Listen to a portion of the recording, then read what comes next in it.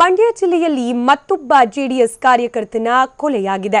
ಕೆಆರ್ಪೇಟೆ ತಾಲೂಕಿನ ಮುರುಕನಹಳ್ಳಿಯಲ್ಲಿ 32 ವರ್ಷದ ಹರೀಶ್ ಅಲಿಯಾಸ್ ಗುಂಡನನ್ನ ದುಷ್ಕರ್ಮಿಗಳು ಮಾರಕಾಸ್ತ್ರಗಳಿಂದ ಕೊಚ್ಚಿ ಕೊಲೆ ಮಾಡಿದ್ದಾರೆ. ನಿನ್ನೆ ತಡರಾತ್ರಿ ಮೈಸೂರು ಕೆಆರ್ಪೇಟೆ ಮುಖ್ಯ ರಸ್ತೆಯಲ್ಲಿ ಹತ್ಯೆ ಮಾಡಲಾಗಿದೆ. ರಾಜಕೀಯ ದ್ವೇಷದ ಹಿನ್ನೆಲೆಯಲ್ಲಿ ಕೊಲೆ ನಡೆದಿರೋ ಶಂಕೆ ವ್ಯಕ್ತವಾಗಿದೆ. ಇನ್ನು ಮೃತ ಹರೀಶ್ಗೆ 1 ವರ್ಷದ ಪುಟ್ಟ ಮಗುವಿದೆ. ಜೆಡಿಎಸ್ ಕಾರ್ಯಕರ್ತನ ಹತ್ಯೆಗೆ ಗ್ರಾಮದಲ್ಲಿ ಆಕ್ರೋಶ ವ್ಯಕ್ತವಾಗಿದ್ದು, ಆರೋಪಿಗಳಿಗೆ ಸೇರಿದ 4 ಮನೆ ಹಾಗೆ ವಾಹನಗಳಿಗೆ ಮುರುಕನಹಳ್ಳಿಯಲ್ಲಿ ಬೆಂಕಿ ಹಚ್ಚಲಾಗಿದೆ. ಉದ್ರಿಕ್ತ ಜೆಡಿಎಸ್ ಕಾರ್ಯಕರ್ತರು 2 ಬೊಲೆರೋ, 1 ಟೆಂಪೋ, 1 ಬೈಕ್, ಟೈರ್ ಗಾಡಿಗೆ ಬೆಂಕಿ ಹಚ್ಚಿದ್ದಾರೆ. ಗ್ರಾಮದಲ್ಲಿ ಬೂದಿ ಮುಚ್ಚಿದ ಕೆಂಡದಂತಹ ವಾತಾವರಣವಿದ್ದು, ಮುನ್ನೆಚ್ಚರಿಕಾ ಕ್ರಮವಾಗಿ ಗ್ರಾಮದಲ್ಲಿ 5 ಡಿಎಆರ್ ತುಕಡಿ ಸ್ಥಳೀಯ ಪೊಲೀಸರನ್ನ ನಿಯೋಜನೆ ಮಾಡಲಾಗಿದೆ. ಇನ್ನು ಮುರುಕನಹಳ್ಳಿಗೆ ದಕ್ಷಿಣ ವಲಯ ಐಜಿಪಿ ಬಿಕೆ ಸಿಂಗ್, ಮೈಸೂರು ಜಿಲ್ಲಾ ಪೊಲೀಸ್ ವರಿಷ್ಠಾಧಿಕಾರಿ ರವಿ ಡಿ ಚನ್ನಣ್ಣನವರ್ ಭೇಟಿ ನೀಡಿ ಪರಿಶೀಲನೆ ನಡೆಸಿದರು.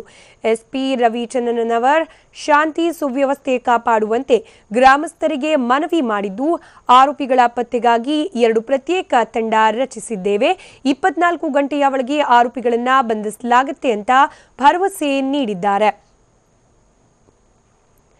1 ವಾರದಲ್ಲಿ ಒಟ್ಟು 4 ಜೆಡಿಎಸ್ ಕಾರ್ಯಕರ್ತರ ಕಗ್ಗೊಲೆ ಆಗಿದೆ. ಮಂಡ್ಯ ಜಿಲ್ಲೆಯಲ್ಲಿ ನಿನ್ನೆ ರಾತ್ರಿ ಮತ್ತೊಬ್ಬ ಜೆಡಿಎಸ್ ಕಾರ್ಯಕರ್ತನ ಕೊಲೆ ಮಾಡಲಾಗಿದೆ. ಕೆಆರ್ಪೇಟೆ ತಾಲೂಕಿನ ಮುರುಕನಹಳ್ಳಿಯಲ್ಲಿ 32 ವರ್ಷದ ಹರೀಶ್ ಅಲಿಯಾಸ್ ಗುಂಡನನ್ನ ದುಷ್ಕರ್ಮಿಗಳು ಮಾರಕಾಸ್ತ್ರಗಳಿಂದ ಕೊಚ್ಚಿ ಕೊಲೆ ಮಾಡಿದ್ದಾರೆ. ಇನ್ನು ಕೊಲೆಯ ವಿಷಯ ತಿಳಿದ ತಕ್ಷಣ ಉದ್ರಿಕ್ತರಾದ ಗ್ರಾಮಸ್ಥರು ಆರೋಪಿಗಳಿಗೆ ಸಂಬಂಧಪಟ್ಟ ಮನೆ ಹಾಗೆ ವಾಹನಗಳಿಗೆ ಬೆಂಕಿ ಹಚ್ಚುವ ಮೂಲಕ ಆಕ್ರೋಶವನ್ನ ವ್ಯಕ್ತಪಡಿಸಿದ್ದಾರೆ. ಇನ್ನು ಪರಿಸ್ಥಿತಿ ಬೂದಿ ಮುಚ್ಚಿದ ಕೆಂಡದಂತೆ ಇದ್ದು, ಪರಿಸ್ಥಿತಿಯನ್ನ ನಿಯಂತ್ರಿಸುವ ಸಲುವಾಗಿ ಪೊಲೀಸರು ಹೆಚ್ಚಿನ ಬಂದೋಬಸ್ತ್ ವ್ಯವಸ್ಥೆಯನ್ನ ಕೈಗೊಂಡಿದ್ದಾರೆ.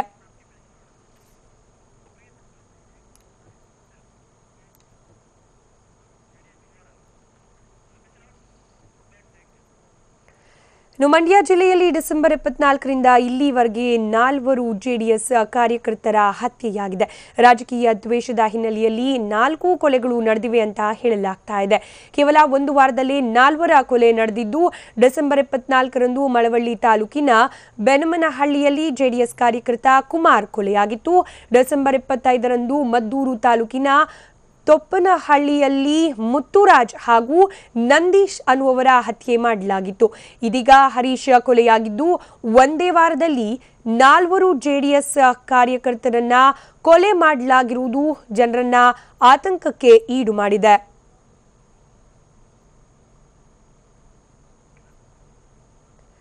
ಭಾವಚಿತ್ರಗಳಲ್ಲಿ ಗಮನಿಸ್ತಾ ಇದ್ರಿ, ಒಂದೇ ವಾರದ ಅಂತರದಲ್ಲಿ ಕೊಲೆಯಾದ 4 ಜೆಡಿಎಸ್ ಕಾರ್ಯಕರ್ತರ ಭಾವಚಿತ್ರಗಳು. ಇನ್ನು ಒಂದೇ ವಾರದ ಅಂತರದಲ್ಲಿ 4 ಕೊಲೆ ಆಗಿರೋದು ಸಹಜವಾಗಿ ಆ ಭಾಗದ ಜನರಲ್ಲಿ ಸಾಕಷ್ಟು ಆತಂಕಕ್ಕೆ ಕಾರಣವಾಗಿದೆ. ಇನ್ನು ಜೆಡಿಎಸ್ ಪಕ್ಷದ ಕಾರ್ಯಕರ್ತರದ್ದೇ ಹತ್ಯೆ ಆಗ್ತಿರೋದ್ರಿಂದ ಸ್ಪಷ್ಟವಾಗಿ ರಾಜಕೀಯ ದ್ವೇಷವೇ ಇದರ ಹಿಂದೆ ಇರುವ ಕಾರಣ ಅನ್ನೋದು ಕೂಡ ಭಾಗದ ಜನರ ನಂಬಿಕೆಯಾಗಿದೆ. ಹೀಗಾಗಿ ನಿನ್ನೆ ಏನು ಕೊಲೆ ನಡೀತು, ಮತ್ತೊಂದು ಜೆಡಿಎಸ್ ಕಾರ್ಯಕರ್ತನ ಕೊಲೆ ಆಗಿತ್ತು. ಹೀಗಾಗಿ ಉದ್ರಿಕ್ತರಾದ ಗ್ರಾಮಸ್ಥರು ಆರೋಪಿಗಳ ಮನೆಯ ಮೇಲೆ ಅಟ್ಯಾಕ್ ಮಾಡಿರುವುದು, ಬೆಂಕಿಯನ್ನ ಹಚ್ಚಿದ್ದಾರೆ. ಹಾಗೆ ವಾಹನಗಳಿಗೂ ಕೂಡ ಬೆಂಕಿಯನ್ನ ಹಚ್ಚಲಾಗಿದೆ. ಇವಾಗ ಮತ್ತಷ್ಟು ಡೀಟೇಲ್ಸ್ ಕೊಡ್ತಾರೆ ನಮ್ಮ ಪ್ರತಿನಿಧಿ ರಾಮ್. 1 ವಾರದಲ್ಲಿ 4 ಜೆಡಿಎಸ್ ಕಾರ್ಯಕರ್ತರ ಹತ್ಯೆಯಾಗಿರುವುದು, ಮುಂದಿನ ಟಾರ್ಗೆಟ್ ಯಾರು ಅನ್ನೋ ರೀತಿಯ ಆತಂಕದ ವಾತಾವರಣವಂತೂ ಸಹಜವಾಗಿ ಮಂಡ್ಯ ಭಾಗದಲ್ಲಿರೋದು. ಸೊ ಏನೆಲ್ಲ ಡೀಟೇಲ್ಸ್ ಲಭ್ಯವಾಗ್ತಾ ಇದೆ ಈ ಬಗ್ಗೆ? ನಮ್ಮ ಪ್ರತಿನಿಧಿ ರಾಮ ಮತ್ತಷ್ಟು ಮಾಹಿತಿಯನ್ನ ಕೊಡ್ತಾರೆ. ಒಟ್ಟಾರೆ 1 ವಾರದಲ್ಲಿ 4 ಜೆಡಿಎಸ್ ಕಾರ್ಯಕರ್ತರ ಹತ್ಯೆ ನಡೆದಿರೋದು ಸಾಕಷ್ಟು ಆತಂಕಕ್ಕೆ ಕಾರಣವಾಗಿದೆ. ಸದ್ಯಕ್ಕೆ ಪೊಲೀಸರು ಪರಿಸ್ಥಿತಿಯನ್ನ ನಿಯಂತ್ರಣಕ್ಕೆ ತರ್ತೀವಿ ಅಂತ ಹೇಳಲಾಗ್ತಾ ಇದ್ರು ಕೂಡ 1 ವಾರದಲ್ಲಿ 4 ಬ್ಯಾಕ್ ಟು ಬ್ಯಾಕ್ ಕೊಲೆ ಆಗ್ತಾ ಇದ್ರು ಕೂಡ ಪೊಲೀಸ್ ಇಲಾಖೆಯಿಂದ ತಡೆಗಟ್ಟೋಕೆ ಸಾಧ್ಯವಾಗ್ತಿಲ್ವಾ ಅನ್ನೋ ಪ್ರಶ್ನೆ ಕೂಡ ಉದ್ಭವ ಆಗ್ತಾ ಇದೆ. ಆದರೆ ಜೆಡಿಎಸ್ ಕಾರ್ಯಕರ್ತರನ್ನೇ ಟಾರ್ಗೆಟ್ ಮಾಡಲಾಗಿದೆಯಾ ಅನ್ನೋ ಅನುಮಾನವಂತೂ ಇದ್ದೇ ಇದೆ. ಯಾಕಂತಂದ್ರೆ ಕೊಲೆಯಾಗಿರುವ 4 ಮಂದಿಯು ಜೆಡಿಎಸ್ನ ಕಾರ್ಯಕರ್ತರಾಗಿರುವ ಹಿನ್ನೆಲೆಯಲ್ಲಿ ಇನ್ನು ನಿನ್ನೆ ಏನು ಮತ್ತೊಂದು ಕೊಲೆಗೆ ಸಾಕ್ಷಿಯಾಗಿದೆ ಮಂಡ್ಯ. ಹೀಗಾಗಿ ಸಾಕಷ್ಟು ಆತಂಕ ಮಂಡ್ಯ ಭಾಗದ ಜನರಲ್ಲಿ ಉದ್ಭವ ಆಗಿದೆ. ಡಿಸೆಂಬರ್ 24ರಿಂದ ಪ್ರಾರಂಭವಾಗಿ ಇಲ್ಲಿವರೆಗೆ 4 ಜೆಡಿಎಸ್ ಕಾರ್ಯಕರ್ತರನ್ನ ಹತ್ಯೆ ಮಾಡಲಾಗಿದೆ. ಡಿಸೆಂಬರ್ 24ರಂದು ಕುಮಾರ್ ಕೊಲೆ ಆಗಿದ್ರೆ 25ರಂದು ಮುತ್ತುರಾಜ್ ಹಾಗೆ ನಂದೀಶ್ರನ್ನ ಕೊಲೆ ಮಾಡಲಾಗಿತ್ತು.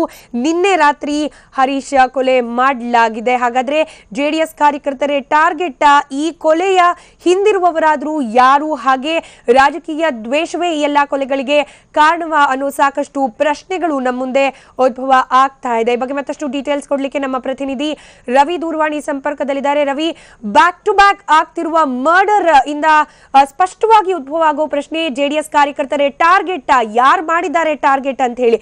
ಸೊ ಏನೆಲ್ಲ ಡೀಟೇಲ್ಸ್ ಲಭ್ಯವಾಗ್ತಿದೆ ಎಲ್ಲದ್ರ ಬಗ್ಗೆ?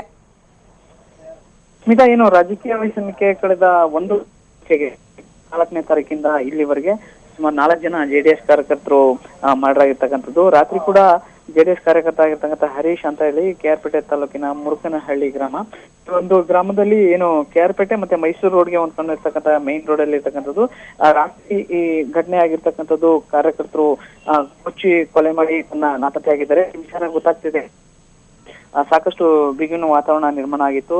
ವೆಂಕಟೇಶ್ ಮತ್ತೆ ಕುಮಾರ್ ಅಂತಕ್ಕಂಥ ಇಬ್ರು ಮತ್ತೆ ಮನೆ ಕೂಡ ಬೆಂಕಿ ಹಚ್ಚಿದ್ದಾರೆ. ಹೀಗಾಗಿ ಸಾಕಷ್ಟು ಮತ್ತೆ ಗ್ರಾಮದಲ್ಲಿ ಭಯದ ವಾತಾವರಣ ನಿರ್ಮಾಣ ಆಗಿದೆ. ಹೀಗಾಗಿ ರಾತ್ರಿನೇ ಮೈಸೂರು ಎಸ್ಪಿ ಆಗಿರ್ತಕ್ಕಂಥ ರವಿಚಂದ್ರನ್ ಅವರು ಮತ್ತೆ ASP ಅವರು ಹೆಚ್ಚಿನ ಫೋರ್ಸ್ ಗ್ರಾಮದಲ್ಲಿ ಭದ್ರತೆಯನ್ನು ಒದಗಿಸಿದ್ದಾರೆ. ಆಗಿದ್ರೂ ಕೂಡ ಮುಂಜಾಗ್ರತಾ ಕ್ರಮ ಟೈಟ್ ಸೆಕ್ಯೂರಿಟಿ ಕೂಡ ಆಯೋಜನೆ ಮಾಡಿದೆ. ಈಗ ಮೈಸೂರು ಈಗ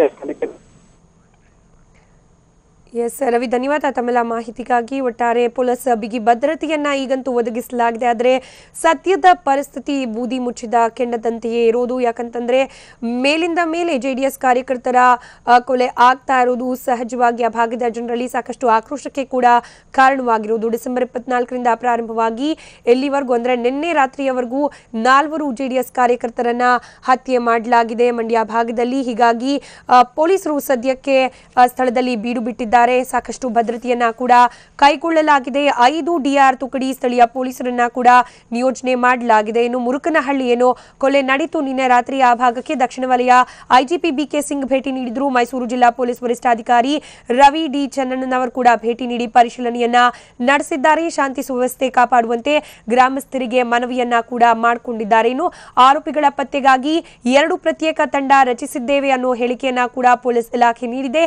24 ಗಂಟೆ ಒಳಗೆ ಆರೋಪಿಗಳನ್ನ ಬಂಧಿಸುವ ಭರವಸೆಯನ್ನ ಕೂಡ ಪೊಲೀಸರು ನೀಡ್ತಾ ಇದ್ದಾರೆ. ಆದರೆ ಪೊಲೀಸರ ಭರವಸೆಯ ನಡುವೆ ಕೂಡ ಮುರುಕನಹಳ್ಳಿ ಗ್ರಾಮದಲ್ಲಿ ಪರಿಸ್ಥಿತಿ ಇನ್ನೂ ಕೂಡ ಸಾಕಷ್ಟು ಬೂದಿ ಮುಚ್ಚಿದ ಕೆಂಡದಂತೆಯೇ ಮುಂದುವರೆದಿದೆ. ನಿನ್ನೆ ಆಕ್ರೋಶಗೊಂಡ ಗ್ರಾಮಸ್ಥರು ಆರೋಪಿಗಳು ಅಂತ ಏನೋ ಹೇಳಲಾಗ್ತಾ ಇದೆ ಅವರ ಮನೆ ಹಾಗೆ ವಾಹನಗಳನ್ನ ಟಾರ್ಗೆಟ್ ಮಾಡಿಕೊಂಡು ಹಲ್ಲೆಯನ್ನ ನಡೆಸಿದ್ರು. ಮನೆಗಳಿಗೆ ಹಾಗೆ ವಾಹನಗಳಿಗೆ ಬೆಂಕಿಯನ್ನ ಕೂಡ ಹಚ್ಚಲಾಗಿತ್ತು. ಇನ್ನು ನಿನ್ನೆ ಮೃತಪಟ್ಟಿರುವ ಹರೀಶ್ ಏನು ಜೆಡಿಎಸ್ ಕಾರ್ಯಕರ್ತ ಹರೀಶ್ ಅಲಿಯಾಸ್ ಗುಂಡಾ ಇದ್ದಾರೆ. ಇವರು 1 ವರ್ಷದ ಪುಟ್ಟ ಮಗು ಕೂಡ ಇದೆ ಈತನಿಗೆ. ಜೆಡಿಎಸ್ ಕಾರ್ಯಕರ್ತ ಈತ. ನಿನ್ನೆ ರಾತ್ರಿ ಈತನನ್ನ ಮಾರಕಾಸ್ತ್ರಗಳಿಂದ ಕೊಚ್ಚಿ ಕೊಲೆಗೈಯಲಾಗಿದೆ. ಆದರೆ ಯಾರು ಕೊಲೆ ಮಾಡಿದ್ದಾರೆ ಅನ್ನೋ ಬಗ್ಗೆ ಇನ್ನು ಪೊಲೀಸ್ ಇಲಾಖೆಯಿಂದ ಖಚಿತ ಮಾಹಿತಿಯನ್ನ ಹೊರಬಿಡಲಾಗಿಲ್ಲ. ಆದ್ರೂ ಕೂಡ ಆರೋಪಿಗಳ ಕೆಲವೊಬ್ಬರು ಮಾಡಿರಬಹುದು ಅನ್ನೋ ಶಂಕೆ ಏನಿತ್ತು, ಅದರ ಆಧಾರದ ಮೇಲೆ ಗ್ರಾಮಸ್ಥರು ಆರೋಪಿಗಳ ಮನೆಯನ್ನ ಟಾರ್ಗೆಟ್ ಮಾಡಿ ಅಲ್ಲಿ ಅಟ್ಯಾಕ್ ಮಾಡಿದ್ದಾರೆ ಅನ್ನೋ ಮಾಹಿತಿ ಕೂಡ ಲಭ್ಯ ಆಗಿದೆ.